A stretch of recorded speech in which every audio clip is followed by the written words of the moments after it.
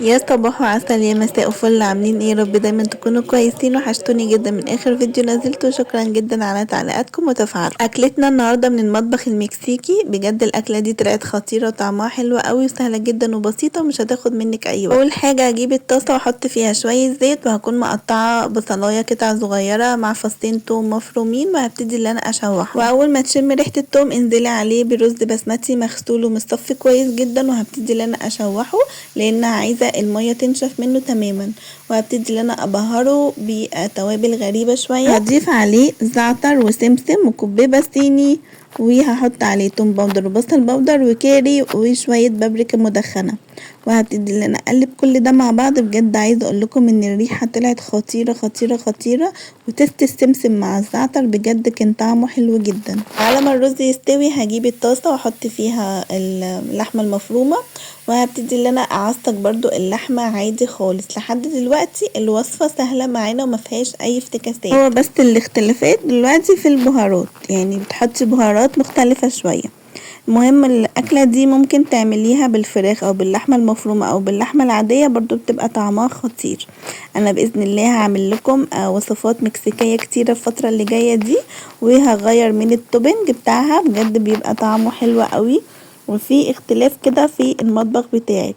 اخرجي بقى عن المطبخ التقليدي اللي الاكل اللي احنا عارفينه، وجربي وصفات جديده. حطيت بقى البهارات بتاعتي، حطيت ملح وكمون وتوم باودر وبصل باودر وفلفل اسمر، وهبتدي احط عليها شويه سماق صغيرين علشان تديها مزازه مع الصويا صوص، واقلب كل ده مع بعض. بصوا بقى فيها كده شويه صوص كده بيبقى طعمها بجد خطير، بجد ريحتها حلوة جدا جدا جدا.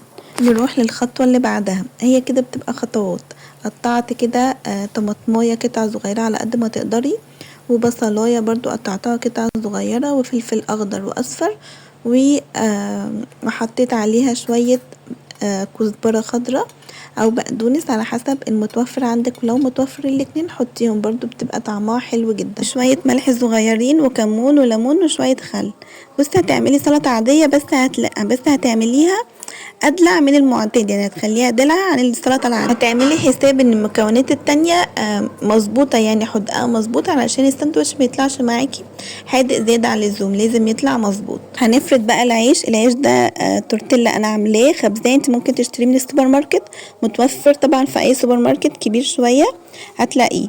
المهم بقى هعمل التوبنج او الصوص اللي انا هحطه على الساندوتش. ايه توبنج انت بتفضليه او بتحبيه حطي. انا كنت عايزه اعمل توبنج اللي هو بالافوكادو، بس الافوكادو بصراحه انا نسيت اطلعه من بدري فما كنتش هلحق وانا كنت مستعجله، فجبت بوله وحطيت فيها مستردة ومايونيز، وحطيت صوص الباربيكيو او لو عندك كاتشب حطيه.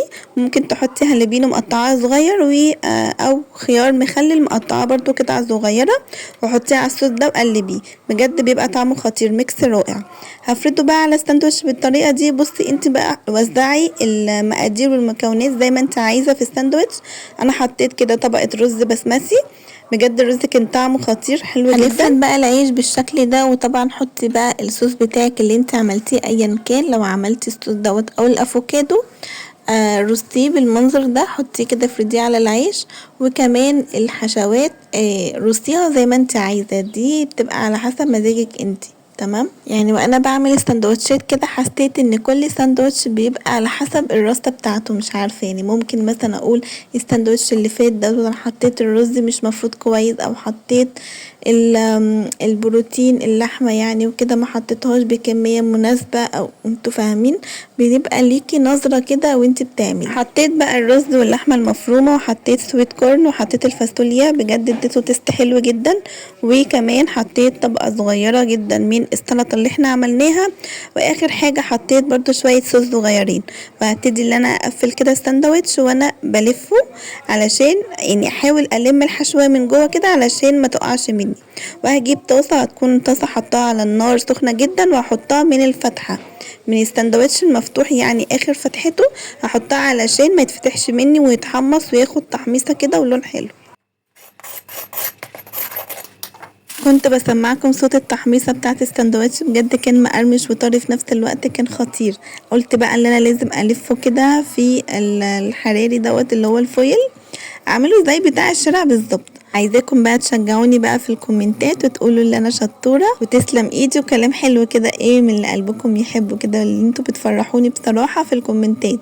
عملت بقى شوية بطاطس محمرة كده لوازم الحبشتكنات اللي بتبقى جنب السندوتشات، وحطيت شوية جرجير وايه والحبشتكنات بقى بتاعت الساندوتش انتوا عارفين. لو عجبتكم بقى الاكله المكسيكيه بتاعت النهارده، غيرت من مطبخي شويه، وانت كمان اتجرئي واعملي اكلات جديده ووصفات جديده، وصدقيني بجد هتتبسطي جدا بنفسك، وهتتبسطي كمان من اللي انت عملتي تغيير في مطبخ. هستنى رايكم في الكومنتات وتشجعوني بكلامكم الحلو واللايك والاشتراك في القناه، وسلام.